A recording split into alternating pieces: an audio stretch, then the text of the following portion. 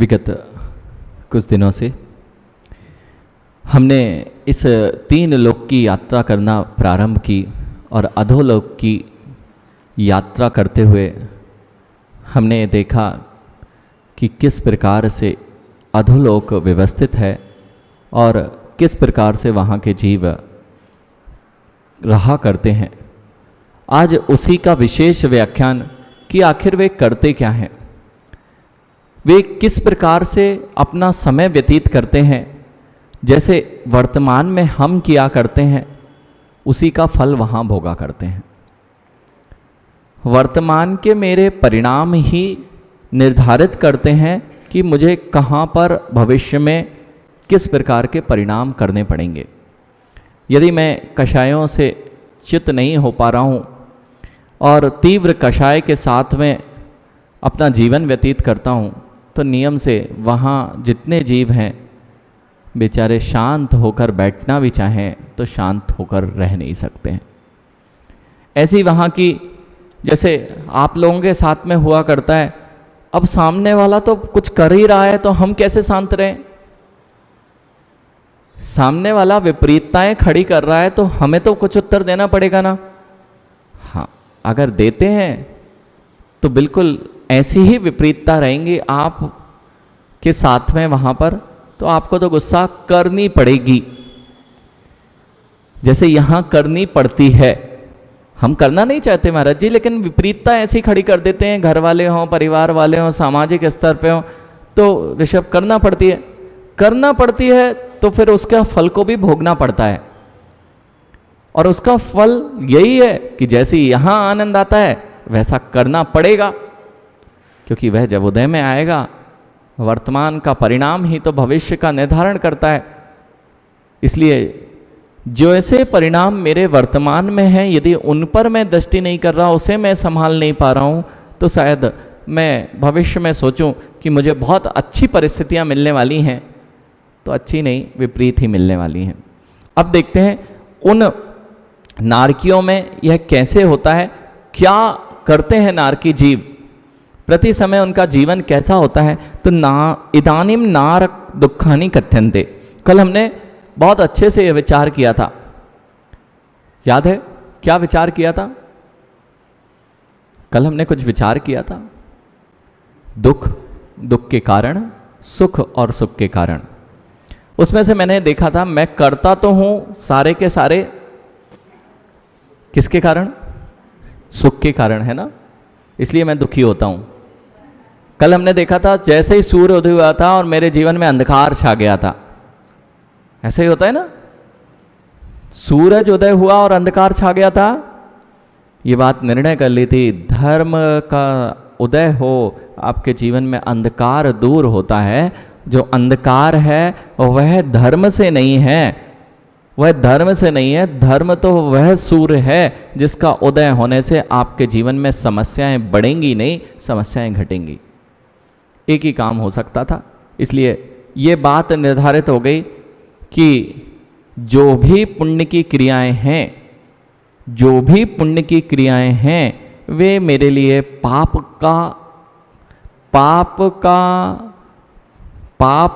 रूप में नहीं आएंगी। जो भी पुण्य की क्रियाएं हैं मेरे जीवन में पाप रूप में फलित नहीं होंगी। पुण्य की क्रियाएं पुण्य रूप में फलित होंगी, लेकिन पुण्य की क्रिया पाप का कारण जरूर बन सकती है। पुण्य की क्रियाएं पाप का कारण बन सकती हैं। जो दिखाई दे रहा है पुण्य का उदय, उसी में तो हम मदमस्त हो गए हैं और पाप कर रहे हैं। हमारे पास पुण्य का उदय है इसलिए सब कुछ मिला हुआ है, और फिर भी हम धर्म से अथवा व्रतों से अपना जीवन ना जीकर उस पुण्य का दुरुपयोग किया करते हैं।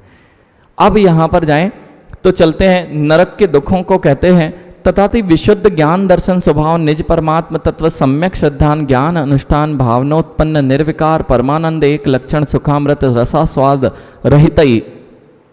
अब ये कौन भोगेगा, पहली चीज यहाँ पे बता दी। जो नरक के दुख कौन भोगेगा, तो कहा किससे रहित है, जो विशुद्ध ज्ञान दर्शन। मुझे पता ही नहीं था, मैं ज्ञान स्वभावी हूँ, मैं दर्शन स्वभावी हूँ, तो विशुद्ध ज्ञान दर्शन की बात क्या करें। तो ज्ञान दर्शन स्वभावी जो है, ऐसे जो निज परमात्म तत्व, उसमें सम्यक श्रद्धान, उसी में सम्यक ज्ञान, उसी का अनुभूति, वेदन रूप परिणाम वह सम्यक ज्ञान और तद रूप ही वृत्ति, इसका नाम है भावना से उत्पन्न। ऐसी भावना से उत्पन्न निर्विकार एक लक्षण रूप सुखानुभूति। बैठे कभी आत्मा ही देखेंगे, आत्मा ही वेदेंगे, आत्मा ही के अनुसार चलेंगे, ऐसा जीवन निकल जाता है। 2 मिनट शांत होकर नहीं बैठ पाता कि मैं कौन हूँ, क्या हूँ, कैसा हूँ।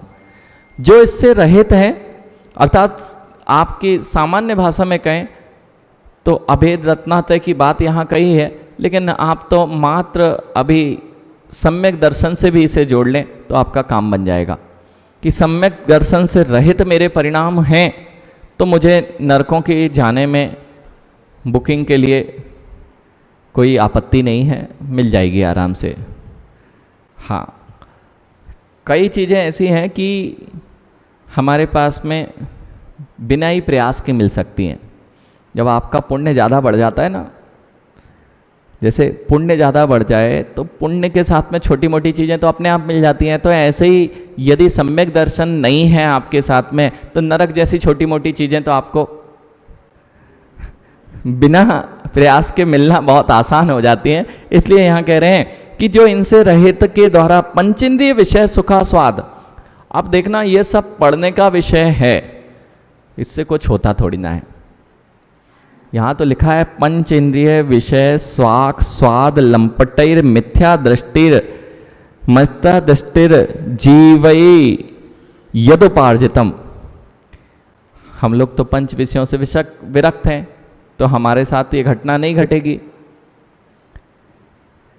जो जो 5 विषयों में आसक्त हैं उनके साथ ये घटना घटेगी, और हम सब तो उससे विरक्त हैं,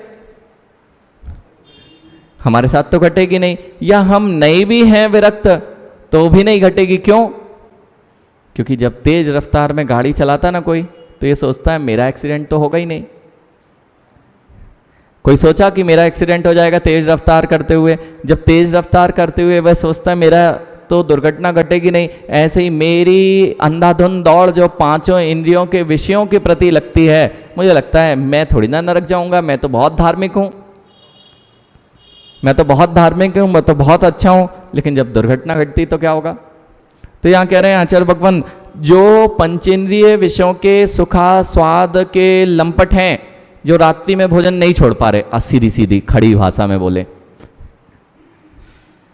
हाँ तभी तो नहीं, पेट तो भर गया था शाम को, लेकिन कैसे नहीं खाऊंगा तो कैसे जीवन चलेगा, और कैसे मजे लूंगा मैं जीवन के।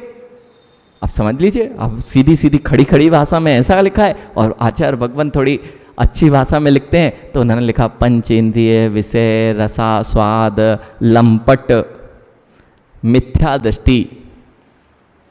बिल्कुल, पंचेंद्रिय विषय के स्वाद में जो आसक्त हैं, पेट भरने के बाद भी रात्रि में 12 बजे तो हाँ हम तैयार हैं, अभक्ष खाने, जहाँ किसी भी स्थान पे जाने हम तैयार हैं, कोई बात फर्क नहीं पड़ता। रसना इंद्रिय की लोलुपता दिख रही है तो, और जीवों के पिंडों को चेहरे पर लगाने तो भी तैयार हैं। स्पर्शन इंद्रिय कुछ हो जाए, हम बहुत सारी चीज़ें ऐसी करते हैं जहाँ पर हम अपने विवेक को एक तरफ रख देते हैं और सोचते हैं हम बहुत विवेकवान और बुद्धिशाली हैं।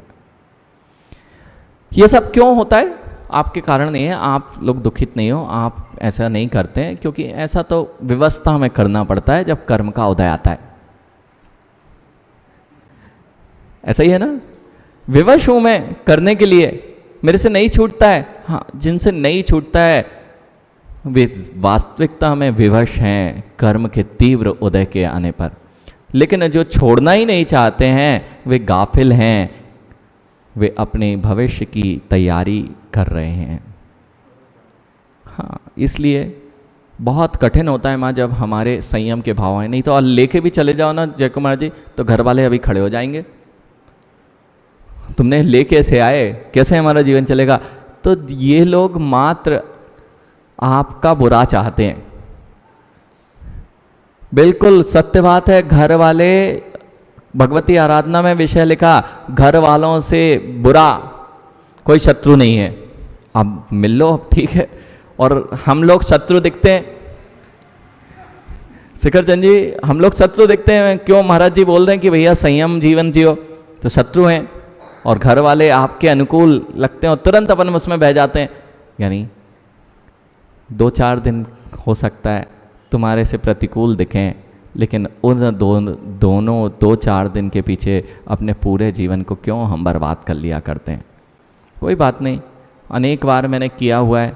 और दृढ़ता से बोलें, जो भी नियम लें, कोई भी कार्य करें, दृढ़ता से बोलें सत्य तो यही है, हम जो भी कर रहे थे वह ठीक नहीं है, जो भी हमने अभी तक किया वह ठीक नहीं था। अब समझ में आ रही हैं चीज़ें तो सुधरने का प्रयास कर रहे हैं। अब फिर से पुनः पुनः अगर बोले भी नहीं तो और अच्छा है। कई चीज़ें तो बोलने पे बिगड़ रही हैं, तो बोले नहीं और करना चालू कर दें। और ज़्यादा है तो दूसरे पर आश्रित होना छोड़ दें, तो अपने आप काम बन जाएगा। अगर शिखर चंद जी को रात्रि में भोजन नहीं करना है और घर में अगर बन रहा है, तो भाई 1-8 दिन उपवास करना, और नहीं तो शाम को स्वयं जाके थोड़ा बना लेना। दूसरे दिन अपने आप लोग पूछने लगेंगे कि भैया आपकी व्यवस्था पहले बनेगी। देखना एक ऋषभ, जो लोग मांगते हैं ना, उनकी कभी कीमत नहीं होना। जो मांग मांग के काम कराए उनकी कभी कीमत नहीं होना। और जिसने नहीं मांगा उसकी कीमत देखना। आहार करने तुमने जाना सीखा, भोजन करने बैठे भोजन की थाली में नमक नहीं है, रोटी नहीं है, एक दिन बिना नमक के खा लेना। एक दिन देख लेना कि कोई भी चीज़ नहीं आई और आपने काम चला लिया। दूसरे दिन जब उसे पता लगता है कि अरे भैया जी ने तो कुछ दिया ही नहीं, भी तो हमने तो भूल ही गए थे नमक भी देना उनको आज, वो भी तो ऐसे ही खा के चले गए। वो भी तो खाता है, भोजन करता है, और आज तो मैंने उनको मीठा ही नहीं परसा, और तुमने बोला अरे मीठा नहीं बना क्या आज। बस घर में भी सबने धुलवाई, घर में भी धुलती है, चिंता नहीं करें। इनको रोज मीठा चाहिए भी बोल देते हैं सीधे घर वाले, इनका तो खाना ही नहीं होता जब तक मीठा है, इतने लंपटी। वो ये नहीं बोल पाते आगे वाला, बाकी तो यही बोल रहे हैं वो कि इनका तो भोजन नहीं होता अचार के बिना, ये तो हमारे खा ही नहीं सकते। तो वास्तविकता में आप अपनी इज्जत बढ़ा नहीं रहे थे, इज्जत आपकी कम ही हो रही थी, चाहे घर में हो चाहे बाहर हो। बाहर हो तो फिर बसती ही नहीं है। बुलवा ली ना बेटा, एक भी चीज बुलवा ली तुमने, बस अब तुम जीवन पर्यंत के लिए अच्छे ब्रह्मचारी में नहीं आ सकते। अरे ज्ञानी ब्रह्मचारी बने हैं भोजन करने के लिए, थोड़ी ना बने। आसक्ति कम होती जाए, जो जैसा है सही है, पेट भरना है। जब पेट भर जाता है तो कितनी याद आती है कि क्या खाया है, बस पेट भर जाए, उदर भर जाए। इसलिए कोई इशारे नहीं करना कि ये चाहिए है वह चाहिए। दिगंबर मुनि बनकर भी नहीं लाए, उसने सामने वाला अपने अनुसार चलाएगा हाथ पे, अभी तो फिर भी थाली में रखा है, अपने अनुसार खा लो, 10 चीजें रखी हैं। लेकिन मुनि मुद्रा में क्या करोगे? मुनि मुद्रा में तो जो हाथ में आएगा उसको लेना है तो लो, नहीं तो बैठ जाओ, रोज गुस्सा होगे। समझ में नहीं आता। और 2-4 को झाड़ो पटको, तो 2-4 को झाड़ोगे पटकोगे तो जय कुमार जी जैसे कहेंगे महाराज बहुत झाड़ते फूटते हैं, हम तो चौका नहीं लगा रहे इनके लिए। देखो बेटा, और जो कुछ नहीं बोल रहा, गुरुजी से मिलो ना, आंखें ऊपर नहीं उठ रही। तुमने जो प्रासुक द्रव्य हाथ में रखा है, उस प्रासुक द्रव्य से मेरी ऐष्णा समिति का पालन करते हुए मेरा पेट भरना चाहिए, और ज़्यादा आवश्यकता नहीं है कि 50 थाली दिखाई गई है तो 50 ही लूँ, सब निकाल दिया। ये है विषयों के प्रति अनासक्त भाव। रसना इंद्रिय का बहुत ज़्यादा नियंत्रण आवश्यक हो जाता है। और सबसे ज़्यादा आज रसना इंद्रिय की लोलुपता ने आपको रात्रि भोजन करना प्रारंभ कराया, बाजार का खाना प्रारंभ कराया, अशुद्ध द्रव्यों को खाना प्रारंभ कराया, और ये जैसे ही प्रारंभ हुआ मानसिकताएं सबकी विकृत होना प्रारंभ हुई। जैसा खाओ अन्न वैसा होवे मन, बिल्कुल स्पष्ट है। और शरीर भी वैसे ही हो रहा है। अशुद्ध खाओगे तो उसका असर भी तो शरीर पर ही होता है, तो शरीर भी वैसा ही और मन भी वैसा ही। अब यहां कह रहे हैं नरकायुर पुनः नरकायुर नरक गत्यादि पाप कर्म, इससे क्या होता है? 5 इंद्रियों के विषय का भोग करने से क्या होता है? तो कह रहे हैं नरक आयु, नरक गति आदि पाप कर्म का बंध। अब 2 चीजें बोली जय कुमार जी, नरक आयु और नरक गति, ये 2 कर्म बनते। तो लोग सोचते हैं कि आयु कर्म मुझे जीवन में कितनी बार बनता है? एक ही बार बनता है। 8 कालों में से एक बार बनता है। 8 जो काल है उसमें से एक बार मेरा आयु बंध होता है। उसमें यदि मैंने नरक आयु बंधी तो मुझे नरक में जाना पड़ता है। लेकिन नरक गति नाम कर्म जो है वह कब बनता है? आप बताएं। नरक गति नाम कर्म हमेशा बनता है और नरक आयु एक बार बनता है। अब इनमें क्या अंतर है? अब इनमें अंतर क्या है? नरक गति नाम कर्म करेगा क्या तुम्हारे साथ में? तुम्हारी क्या करेगा नरक गति? नरक लेके जाएगा ना? पंडित जी, नरक गति नाम कर्म करेगा क्या? किसको? नार की पने को कब फील कराएगा? हाँ, सीधी सी बात में, मैं यहां से जा रहा था सिंगापुर घूमने। सिंगापुर की टिकट तो मेरे पास ले ली, लेकिन वहां खर्च करने के लिए भी तो कुछ होना चाहिए। तो खर्च करने के लिए पूरे जीवन भर कमाना पड़ता है। टिकट लेना है, एक बार में खरीदना है, और उसका अर्जन कितने दिनों से कर रहे हैं? हमेशा कर रहे हैं। ऐसे ही जब मैंने आयु कर्म बांधा, उसकी टिकट तो एक बार में मिल जाएगी, उसकी टिकट तो एक बार में मिल जाएगी, लेकिन उसके लिए वहां खर्चा पानी, उसकी तैयारी कब से कर रहे हैं? उसकी तैयारी जय कुमार जी पूरे जीवन पर्यंत चल रही है। इसलिए ये ना सोचें कि जब मेरे अशुभ परिणाम होते हैं, जब नरक आयु बंधती है, जब नरक आयु बंधती है तभी मेरे साथ कुछ गड़बड़ होता है। मुझे केवल उस समय के परिणाम संभालने हैं जिस समय नरक आयु बनती है। बिल्कुल ना सोचें, बैलेंस जो बना के रखते ना। अब देखिए नरक आयु बंध गई।